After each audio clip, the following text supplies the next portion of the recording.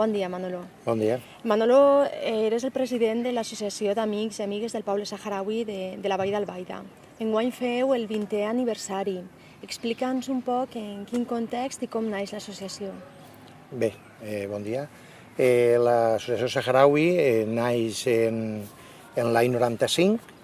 En l'any 94, l'Ajuntament d'Ontinyent, per mediació de la regidoria de serveis socials, va portar 10 xiquets saharauis a la ciutat, va buscar 10 famílies, entre aquestes 10 famílies estava la meua, vam acollir aquests xiquets en l'any 94 i en l'any 95 nosaltres amb les famílies, l'Ajuntament ens va dir que si volíem la forma de portar xiquets era fer-nos una associació, ens vam constituir com a associació i vam fer nosaltres ja el programa des de l'associació. Aleshores, d'aquestes 10 famílies primeres van entrar 2 famílies més noves i el segon any vam tindre 12 xiquets. I ahir vam començar l'andadura fins avui en dia portant els xiquets. I la valoració de tota aquesta trajectòria com és? La valoració en 20 anys és molt bona. En primer lloc, jo sempre, des de l'associació, igual jo que la junta que jo represente, tota l'executiva de l'associació, sempre hem dit que l'agraïment que tinguem, sobretot a les famílies acollidores, perquè és molt clar, sense famílies acollidores nosaltres no podríem fer el programa de Vacances en Pau. És dir-te que han passat més de 250 xiquets per la ciutat i per els pobles de la comarca, en els quals han anat famílies que s'ho han deixat, famílies que han tornat a començar, famílies que han tingut xiquet 3-4 anys, després han descansat un any, han tornat a estar en el programa, i per nosaltres ha sigut sempre molt positiu. No sols per nosaltres com a associació, sinó a les famílies acollidores, perquè han tingut, a banda de fer aquest acte social, aquest acte humanitari de tindre un xiquet saharaui durant el seu estiu, moltes famílies han renegat de tindre les seues vacances, de poder-se anar a qualsevol part del món a passar un mes, han preferit quedar-se en el poble, tinguent un xiquet d'estos i dedicar aquestes vacances al xiquet. Nosaltres tot el que sempre hem tingut és, torne a dir, gratitud a totes aquestes famílies i després, clar, tots els anys ens ha anat molt bé, portem de fet 20 anys, vol dir que algo de xispa n'hi ha en aquesta acció humanitària que a moltes famílies de la comarca és agrada. Explica'ns com funciona l'acolliment, com es desenvolupa al llarg de l'estiu. Al llarg de l'estiu nosaltres, allà al mes de maio, abril, maig, ja es comença, contactem ja amb la federació, perquè nosaltres som una associació així en la Vall d'Albaida, però nosaltres estem federats en València. O sigui, totes les associacions que n'hi ha a nivell de País Valencià som soles, sense posar a la Cani Castelló, crec que estem en 30 i tantes associacions que estem federades en el que és el País Valencià. I després tots estem federats en la part estatal. Entonces, nosaltres el que fem en el mes de maig o per ahir es comencen ja a recibir notícies, que es comença a preparar-se la documentació dels xiquets que tenen que vindre. Evidentment, els xiquets, les famílies que volen continuar, ja se ponen en contacte, jo sí, l'any que ve vull continuar, entonces nosaltres comencem a preparar la documentació, tenim les famílies, arreglo a les famílies que tinguem, podem fer més acolliment o menys acolliment, a banda també de la part econòmica. Segons la part econòmica també podem fer, perquè ja que tenen en compte que portar un xiquet dels campaments de refugiats així a la nostra ciutat ve a costar-nos, entre l'anar i la tornar, són 700 euros. Entonces nosaltres, de les nostres subvencions que tinguem, de l'Ajuntament d'Ontinyent, d'altres ajuntaments, com hagi pogut ser el de Bocairent, el de l'Olleria, el d'Albaida, hem tingut algunes Olleria també, hem tingut subvencions, xacotetes, però en els socis i a venda de loteria, rifes que fem i tal, sempre hem tragut suficientment diners perquè si volen vindre 10 xiquets n'hi ha diners per 10, si volen vindre 15 xiquets perquè n'hi ha 15 famílies n'hi ha diners per aquests 15 i sobretot sempre posar en brete que aquesta associació no ha cobrat mai a les famílies ningú bitllet. L'associació sempre s'ha fet càrrec de tots els costos del viatge. Això també fa que totes les famílies, indistintament de la seva disposició econòmica, puguen fer l'acolliment, no? Evidentment, evidentment. Hi ha altres associacions que, evidentment, el que té diners pot fer este acolliment d'estiu i el que no té diners, doncs, clar, és molt... Volent-ho fer, no pot per la part econòmica. Nosaltres sempre hem pagat els viatges, qualsevol cosa que el xiquet necessiti, quan fan les revisions metges, xiquet que necessita ulleres i tal, l'associació sempre se'n fa càrrec. Perquè així no entrem en aquest món de com jo tinc diners per portar un nano i el que no en té, doncs no ne porta. I com és la tornada, no? Quan els xiquets se n'han de tornar al Sàhara, com es viu això per part dels xiquets i xiquetes i també per part de les famílies? Bé, sí que quan venen és una alegria, sobretot si són xiquets repetidors que van a la mateixa família, és una alegria. Com pràcticament fa un any que l'has tingut, doncs el recibeixes molt bé, tot molt bé, però sí que és cert que quan els xiquets se'n van, evidentment tenen pena d'anar-se'n, perquè sí tenen coses, però coses materials que allí no les tenen. Però sí que és de veres que el que nosaltres sempre parlem en totes les famílies és que sí que se'n van amb molta alegria. Molta alegria, primer, perquè s'ho van passar bé, però després perquè allí en els campaments de refugiats són uns clans matriarcals. Els pares, la majoria, estan en l'exèrcit, que estan defendent la zona que ells van reconquistar, i els xiquets es fan molt en les mares. I llavors, clar, ells saben que tenen la seva mare biològica, evidentment. I jo crec que quan falta sempre una setmaneta, o per ahí que ja es diem a xiquets que s'entenen canar i tal, ja es comencen a rebolicar-se perquè ja volen anar, estar amb sa mare, contar-li tot el que han fet així, tots els regals que se li han fet, tot el que s'han comprat, tot el bé que se ho han passat, i volen ja, com diríem, contar-li tot a sa mare i a tota la seva família. Hem d'imaginar-se que allí no n'hi ha com així, que així que estan tots plens de Nintendos, televisions, ordenadors, i allí l'únic que tenen és el vis-a-vis. Entonces, quan aplega la nit, sí que se senten tots alrededor de la mare, de l'abuela, del abuelo, i es posen a contar les històries, i sí que ells, en aquest cas, els primers mesos d'estar allí, conten totes les nits, tot el bé que així s'ho han passat, la vivència que s'hi han tingut.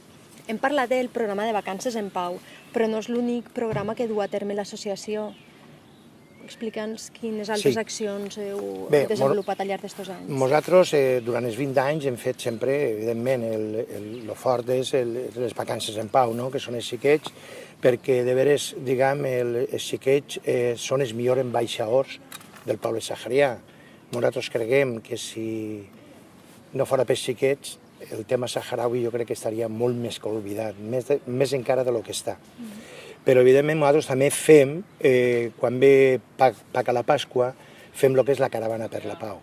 La caravana per la pau, com ve, ens sensibilitzar a la gent, anem a col·legis i fem sempre la mateixa replegada, que és oli, sucre i arròs, que són tres bases fonamentals de l'alimentació dels saharauis. Entonces, ven els col·legis, fem unes quidres i, de veritat, sempre ens ha anat molt bé, perquè els col·legis, hi ha que dir que, sobretot la Vall d'Albaida és molt solidària en aquests temes. Nosaltres hem aplegat a enviar fins a 20.000 quilos, sols de la nostra associació, 20.000 quilos d'estos aliments que he dit. I entonces això, evidentment, per una població de 200.000 habitants, és pan para hoy, hambre para mañana. Però el que sí que està clar, que això també sensibilitza la gent. I a nivell estatal, la caravana és molt gran, ve de Galícia, ve d'Astúries, ve de Castilla y León, ve de totes les parts d'Espanya. Nosaltres, així, a nivell de País Valencià, sempre hem sigut des que més quilos d'aliment hem aportat. Sempre a l'hora de fer el balanç de les caravanes per la pau, sempre el País Valencià sempre ha destacat. I això també creguem que en aquests dos programes, el de Vacances en Pau, que és els nanos, i en el programa d'enviar la caravana per la pau, és molt significatiu, perquè també les famílies d'allí pensen que nosaltres, a través dels xiquets, el contacte que tinguem en els xiquets, es donen com a que n'hi ha gent que es preocupa per ells. Anant un poc a l'arrel del problema, quin és el context polític actual del poble saharaui i també quines perspectives de futur té aquesta societat? Bé, jo el primer que vull dir és que estem parlant, perquè n'hi ha molta joventut que tal vegada ho desconega, estem parlant de la ex-53 província espanyola. Això vull deixar-ho sempre ben clar. Jo, com a president de l'associació, com a membre de l'associació, sempre vull dir-ho més clar. El problema és el de sempre, els pobles oblidats, els pobles en el qual Espanya, diguem-ho així, no s'ha preocupat mai, no ha tingut, sempre ha dit que perquè Espanya encara estàs en la ONU, nosaltres estem com a administradors del territori saharaui, dels territoris ocupats, del que Marroc va invadir en el 75. Però nosaltres tot és palabreria, però mai hem pegat un passet més avant. És evident que l'ONU sempre està fent aquest procés d'autodeterminació que demana el poble saharià, en el qual n'hi ha que fer un censo electoral a partir d'X data, el qual no es celebra mai. No es fa el censo, sempre el Marroc posa un obstacle i un altre obstacle. I entonces, el que l'ONU ha dictat no mos val per res. Passen els anys, en aquest moment portem 39 anys d'exili del poble saharià. 39 anys que el problema sempre està damunt de la taula, però ningú el solventa. Siga el govern que hagi sigut. Mai. N'hi ha països del món, crec que són 54 països del món, països subdesenvolupats, que estan a favor, que volen ja que se faci el referèndum. Però és que quan vinga a fer-se aquest referèndum en el censo que se va posar, la gent ha mort. Estem parlant de fa 39 anys. Molta gent ja ha mort, ja no pot entrar. I entonces estem sempre en la mateixa pega. Primer, sempre hi ha que dir, cada vegada que n'hi ha un govern, o és un govern en Espanya, lo primer que es fa, vamos a viajar a Marruecos, porque son nuestros hermanos, el rey de Marruecos es nuestro hermano. A partir de ahí, el problema saharaui, el reine de Marroc agarra més València. Per què? Perquè si són tan hermanos, entre hermanos no van a barallar-se. No van a barallar-se. Nosaltres creiem que això ja és un tema que s'ha enquistat massa, és un tema que molts països sud-americans, molts països de tots els continents estan a favor de l'autodeterminació, però també entenem que ja en el censo electoral que se va fer, que el va preparar l'ONU, que va enviar en aquest moment, n'hi ha allí uns destacaments que es diuen la mini-URSO, però que són de l'ONU, però tot allò ha quedat en aigua de borraja. No l'han fet i no van a fer-lo.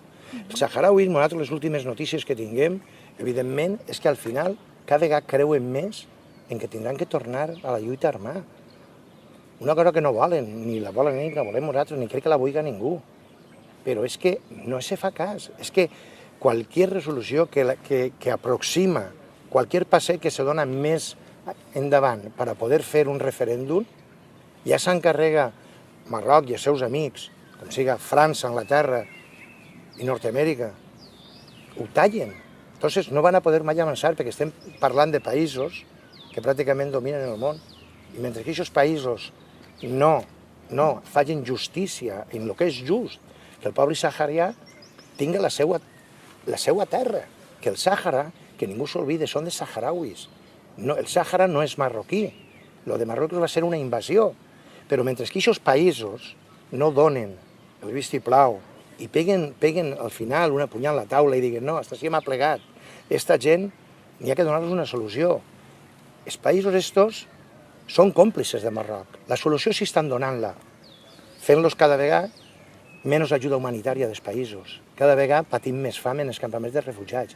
Cada vegada tinguem menys condicions. I l'únic que fan que és desgastar-los, perquè se'n vagin.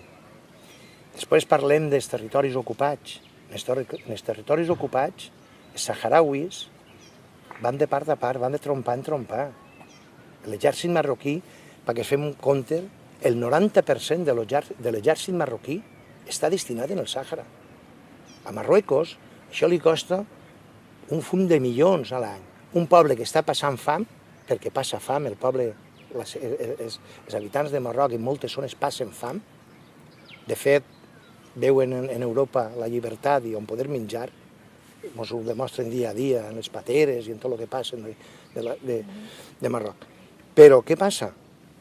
Que ells, el Sàhara no van a soltar-lo, i menys quan sempre se diu que en el Sàhara n'hi ha petroli. Espanya, com a administradora de l'ONU, que Espanya podia fer molt més, no fem res. Sols ens recordem de que quan la cosa, el conflicte es comença a fer-se de molt de parlar en premsa, doncs no passa res, enviem 2 camions d'ajuda humanitària i en això es tapa tot. Hi ha, per tant, una gran excisió entre el que és el govern espanyol o les administracions espanyoles i la ciutadania, no? Perquè la ciutadania sí que exerceix aquesta solidaritat a través de les associacions amb l'acolliment de xiquets i xiquetes, però en canvi el govern no fa passos endavant en aquest sentit. Evidentment, tinguem el que diem abans, no hi ha, crec que, cap de poble del País Valencià que no hagi tingut un xiquet saharaui. Hi haurà poble que n'ha tingut 3, hi haurà poble que n'ha tingut 4, però en els anys bons, en els anys de bonances, que venien molts nanos, tots, Andalusia, ha acollit més xiquets que mai, que ninguna altra comunitat. Madrid, León, La Corunya, en tots els pobles, en totes les comunitats, estan els xiquets. Vol dir que les ciutats i la gent som solidaris en la causa saharaui.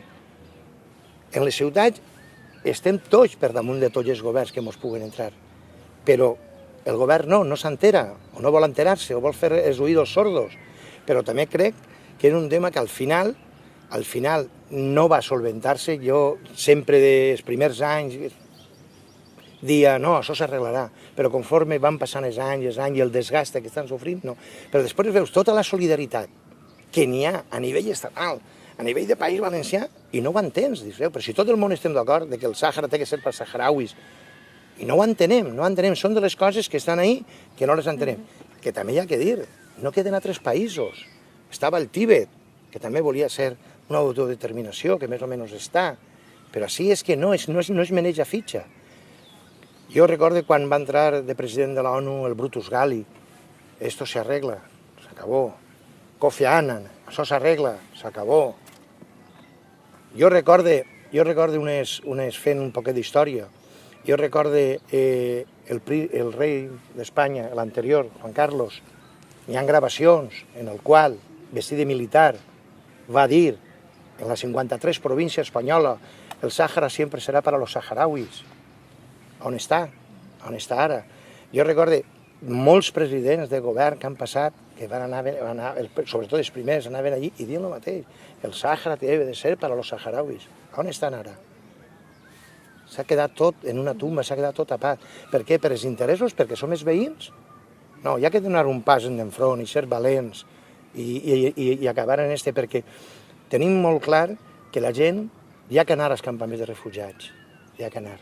Jo crec que els dirigents dels governs, el que vinga, i tots haurien d'anar i veure com es viu en un campament de refugiats.